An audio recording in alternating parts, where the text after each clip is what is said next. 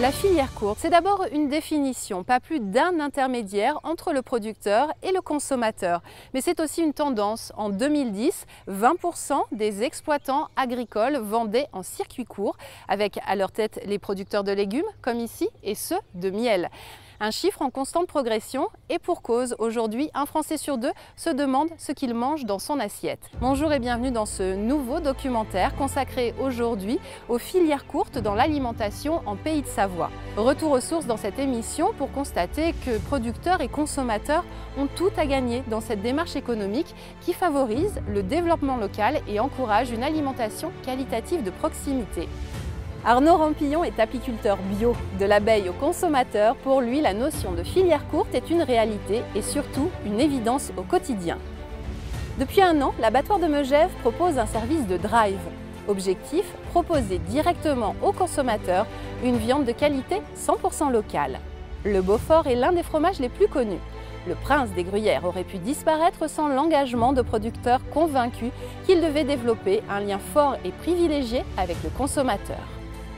Olivier Thévenet, rédacteur en chef d'Alpes Magazine, a rencontré Christine Viron, cofondatrice et directrice de la société coopérative d'intérêt collectif, la Biodicie. Son idée, faciliter l'introduction progressive et régulière, bio, saine et de proximité dans la restauration collective. Arnaud Rampillon est apiculteur à Bassy, à proximité de Seyssel. Après avoir travaillé comme conseiller en environnement, il a fait le choix de se reconvertir dans la production de miel et de produits de la ruche bio. Faire du miel bio, une démarche assumée et surtout proche des convictions d'Arnaud Rampillon qui vend directement sa production aux consommateurs. Regardez.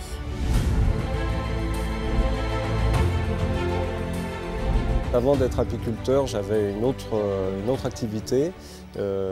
L'apiculture, c'est une reconversion, comme pour beaucoup d'apiculteurs. D'ailleurs, c'est le cas souvent vers 30 ans, on a envie de passer à autre chose. En ce qui me concerne, je travaillais dans un bureau d'études spécialisé dans le recyclage des déchets en agriculture. L'envie, c'était de me mettre à mon compte, de travailler en extérieur, en plein air. Ça a été le point de départ de cette aventure. On est vraiment à la limite du département de la Haute-Savoie, au contact avec le département de la Savoie et le département de l'Ain. Les ruchers sont situés à une 60aine de kilomètres maximum de la miellerie. Il y a différents sites de transhumance, parce qu'il ne faut pas mettre toutes les ruches au même endroit. Donc c'est beaucoup Savoie et puis le Bugey, qui est une région sur laquelle je travaille pas mal.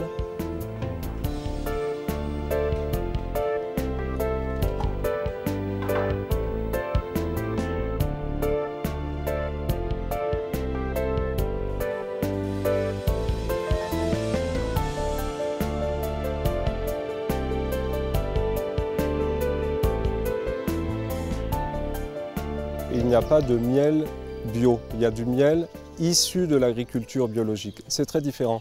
On est soumis à différents résidus, particules qui sont dans notre environnement, en particulier l'environnement agricole. Donc ce qui est intéressant de dire, c'est qu'on pratique une apiculture bio et qu'on fait un maximum d'efforts pour limiter le risque de retrouver des résidus dans le miel. La plupart de mes produits sont vendus en filière courte et de toute façon localement. Un quart à peu près de la production est vendu par l'intermédiaire d'un magasin de producteurs, un point de vente collectif qui se trouve à Annecy, qui s'appelle le Rendez-vous du Terroir, où on est une quinzaine de producteurs qui se relaient à tour de rôle pour vendre les produits des autres. Le reste de la production est vendu principalement à des magasins bio, donc livrés directement au magasin dans la région. Comme dit le slogan, bio et local, c'est l'idéal.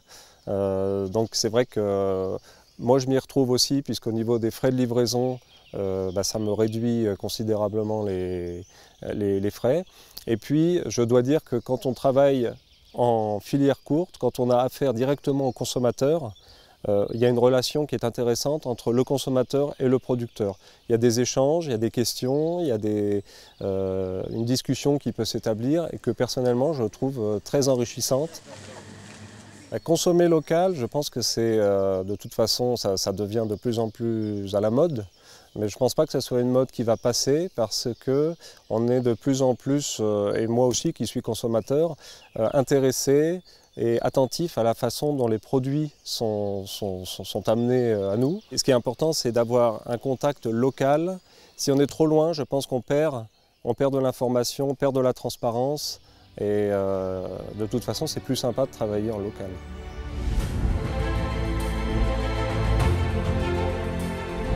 En 2013, Megève retrouvait son abattoir, une initiative intercommunale forte pour favoriser le développement de filières courtes au pays du Mont-Blanc. Un an plus tard, c'est même un système de drive qui a vu le jour. L'idée, commander sa viande 100% locale et venir la récupérer directement à l'abattoir ou dans des points relais. De l'idée à la réalité, regardez.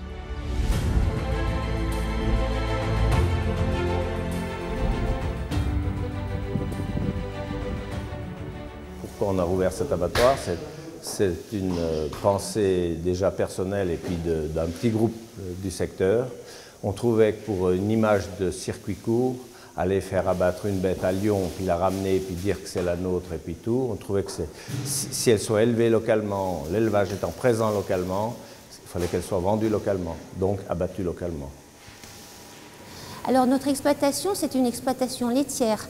Donc notre revenu est basé exclusivement sur la production laitière. Et après, une fois que l'abattoir a réouvert et que l'atelier de découpe qui est attenant a réouvert, ce qui est très important pour nous, nous avons décidé de faire de la diversification en vente directe et de valoriser nos veaux et quelques vaches en vente directe avec l'abattoir de Megève. L'abattoir nous a permis de nous apporter une plus-value, d'apporter une plus-value à notre activité, un revenu supplémentaire. Nous avons abattu 4 vaches et 8 veaux gras. Ça nous a permis de valoriser, d'apporter à l'exploitation un revenu supplémentaire de 10 000 €. Le drive, c'est la possibilité pour un client de pouvoir commander depuis chez lui sur l'ordinateur. Et puis d'avoir la possibilité d'avoir du veau, de l'agneau, du porc, du bovin. Et si la commande est passée en début de semaine, il peut retirer son colis en fin de semaine. Et nous avons 4 points de retrait pour pouvoir retirer les commandes justement. Nos magasins avec lesquels on est partenaire sont proches des lieux de vie et sont bien disposés sur le secteur géographique. Ils sont à Flumet, à Megève et à Chamonix, pardon, et également un point de retrait à Salanches.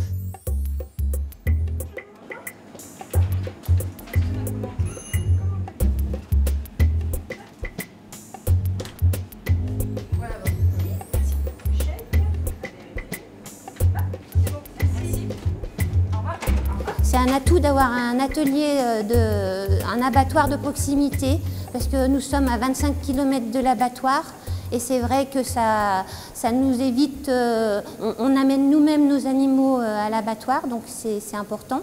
Il y a peu de déplacements et on y est très vite et c'est vraiment important d'avoir des outils de proximité. Il faut encore que davantage de personnes, d'agriculteurs participent, amènent leurs animaux à l'abattoir. Mais ça bouge et maintenant, je pense que nous sommes bien partis pour que l'abattoir a son tonnage et les agriculteurs commencent à se rendre compte que vraiment, le fait de développer les circuits courts, c'est très important et ça apporte une plus-value importante sur nos exploitations de montagne.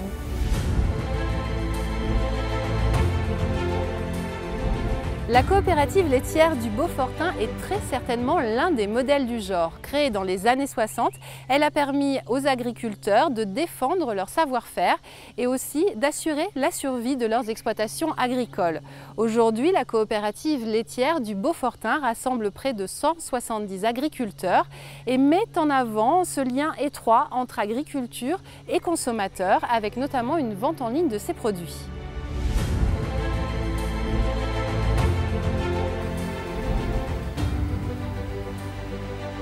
On est la première coopérative de la zone Beaufort qui a été créée, donc il y a 54 ans maintenant. On est le premier producteur de Beaufort, on fait un quart de la production nationale. On fabrique près de 30 000 meules par an, ce qui représente la collecte de plus de 13 millions de litres de lait. On a 2 sites de fabrication, donc un à Beaufort même, donc dans les locaux dans lesquels on est, et également un à la fromagerie des Saisies. La moitié de notre production part chez les grossistes. Un quart de la production part dans nos magasins, donc on a 9 points de vente. Dans ces 9 points de vente, on vend un quart de notre production. Et après, l'autre quart de la production, c'est un peu la partie divers, donc c'est ceux qui viennent chercher du Beaufort à la porte de la cave, des restaurateurs, des personnes pour les marchés, etc.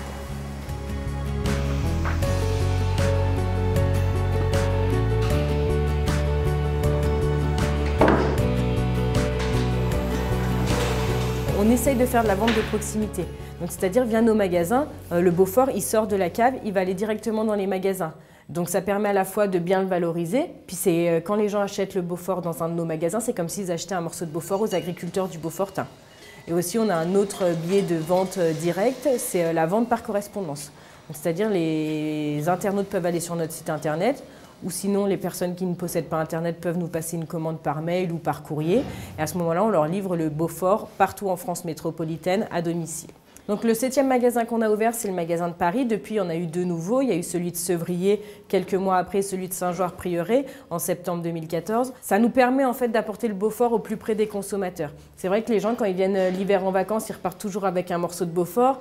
Après, ils trouvent des fois regrettable de ne pas forcément en trouver où ils veulent, au prix qu'ils veulent le reste de l'année. Donc ça leur permet à la fois d'avoir le Beaufort à proximité. Au niveau commercialisation, on dispose également d'un distributeur automatique de Beaufort devant la coopérative. Donc ça, c'est un service qu'on propose en plus de la vente.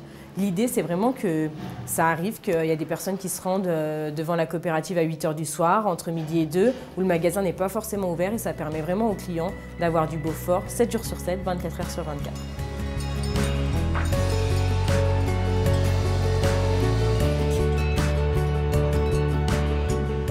Pour moi, la filière courte, c'est quand même vachement important parce que voilà, on sait où va le produit et donc le touriste peut voir comment le Beaufort est fabriqué et comment il est vendu. Et surtout, il est vendu par la coopérative laitière du Beaufortin, donc ça reste dans le pays, quoi.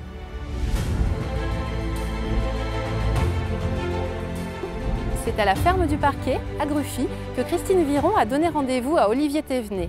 Un lieu loin d'être anodin, puisque son propriétaire fabrique des fromages et surtout des yaourts issus de l'agriculture biologique et distribués en magasins bio de proximité et dans les cantines scolaires.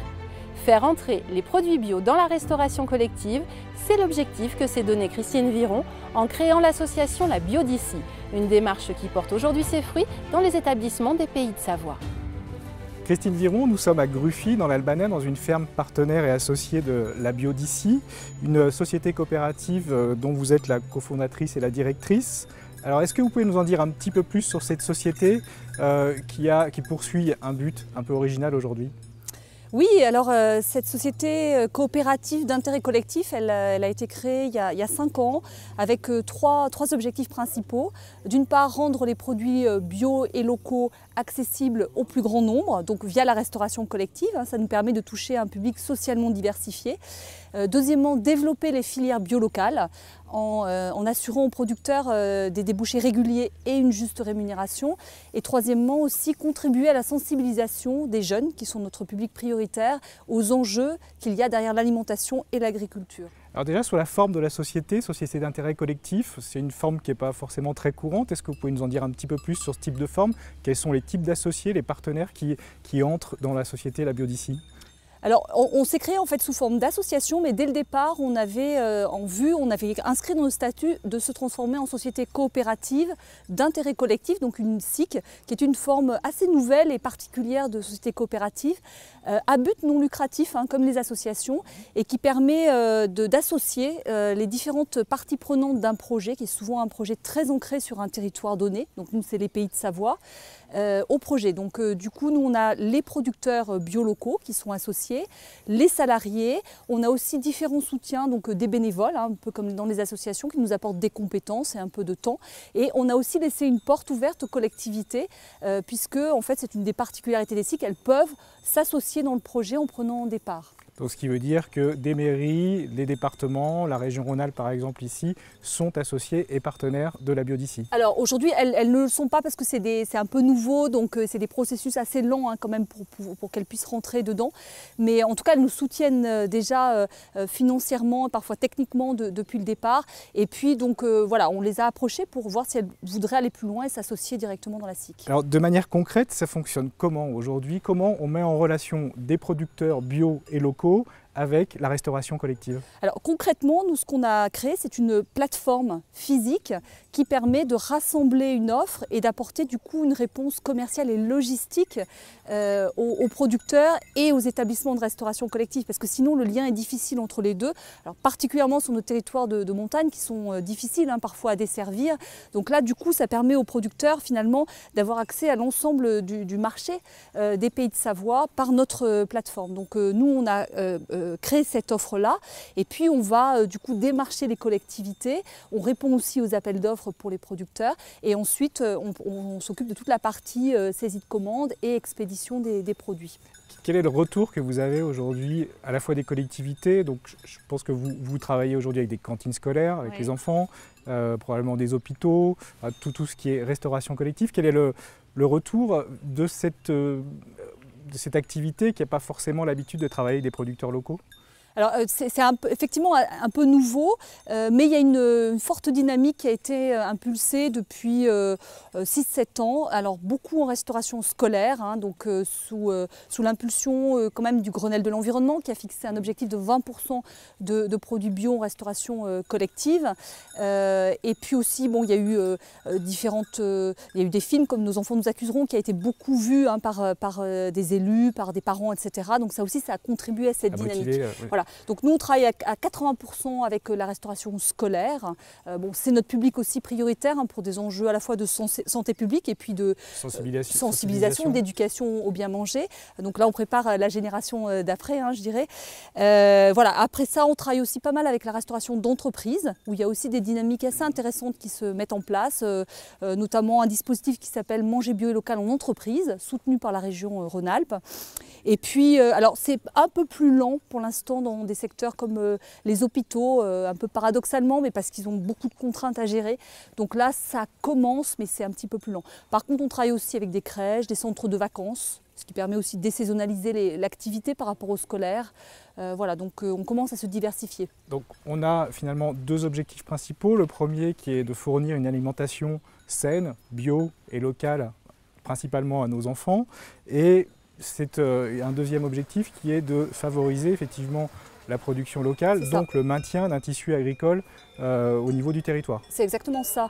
Et alors effectivement sur le premier enjeu, pour nous c'est très important d'avoir cette double ambition, bio et local. Il y a ce slogan qui a été créé par le groupement des agriculteurs bio de Rhône-Alpes, bio local c'est l'idéal. Et c'est vraiment ça parce qu'on est sur des enjeux qui sont différents et complémentaires. Donc il ne faut pas les dissocier, les opposer, ça n'a aucun sens. Donc bio et local, ça c'est vraiment notre double ambition. Et puis effectivement au niveau de l'amont, par ce projet en 5 ans on a pu quand même relocaliser pas mal de produits qu'on ne trouvait pas avant parce qu'on a rencontré des agriculteurs tels que Gabi et Anne-Marie qui se sont installés en même temps que nous on démarrait le projet, qui avaient la volonté de s'adresser à la restauration collective avec des produits bio locaux et du coup ça nous a permis de relocaliser les produits qu'on allait chercher plus loin auparavant. Alors quel type de produits on va retrouver? Parce qu'effectivement on est en Pays de Savoie, donc on ne produit pas tout en Pays de Savoie, enfin pas tous les spectres, j'allais dire, ce qu'on peut retrouver dans une assiette. Quel type en fait de produits on retrouve dans les cantines scolaires? Et est-ce que les enfants, comment ils reçoivent ça? Est-ce qu'ils font la différence, j'allais dire, entre un yaourt produit ici et un yaourt produit de façon industrielle? Alors on trouve pas mal de choses finalement et l'offre s'est pas mal enrichie au fil du temps.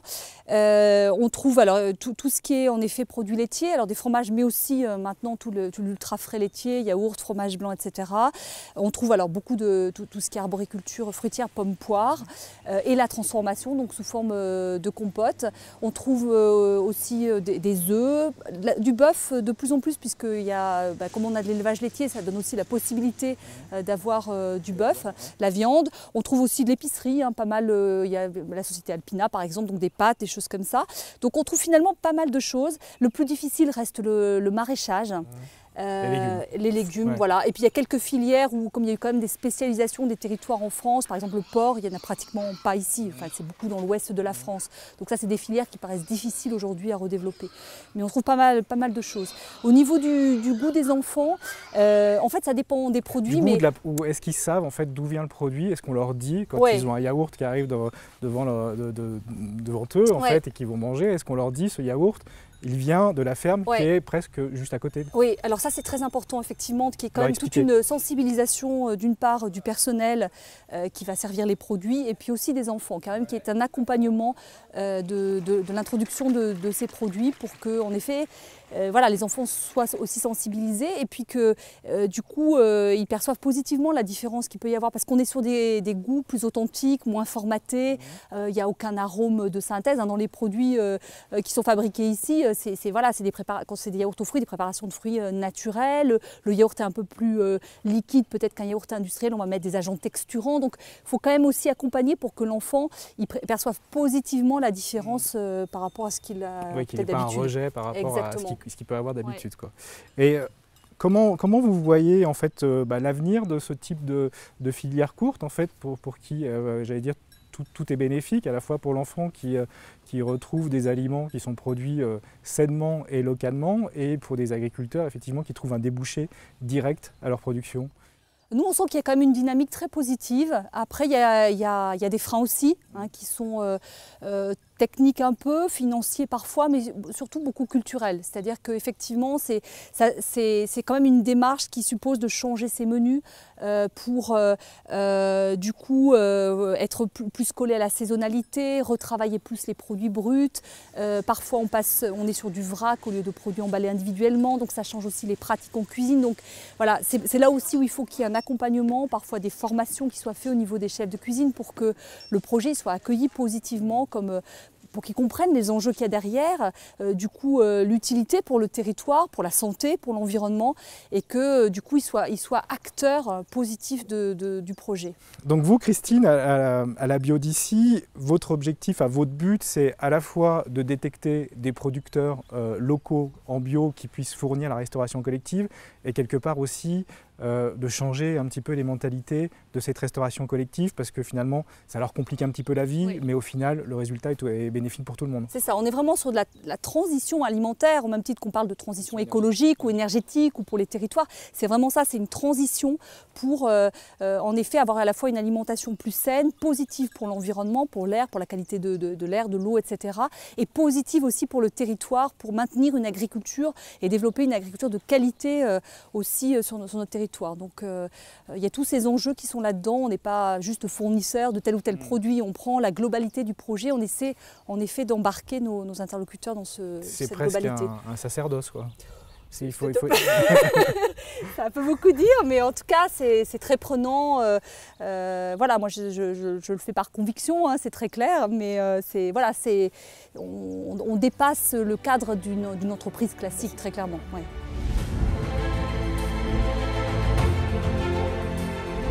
Sachez que la tendance filière courte porte un nom, le mouvement locavore. Un principe qui consiste à consommer une nourriture produite dans un rayon de 100 à 250 km autour de son lieu d'habitation. Après le Made in France, le Made in la porte d'à côté a plus que jamais le vent en poupe. Il paraît même que 4 Français sur 10 ont pris l'habitude de faire entrer des produits locaux dans leur alimentation quotidienne. C'est la fin de ce rendez-vous documentaire consacré aux filières courtes dans l'alimentation en Pays de Savoie. On se retrouve très bientôt et surtout en replay sur 8montblanc.fr.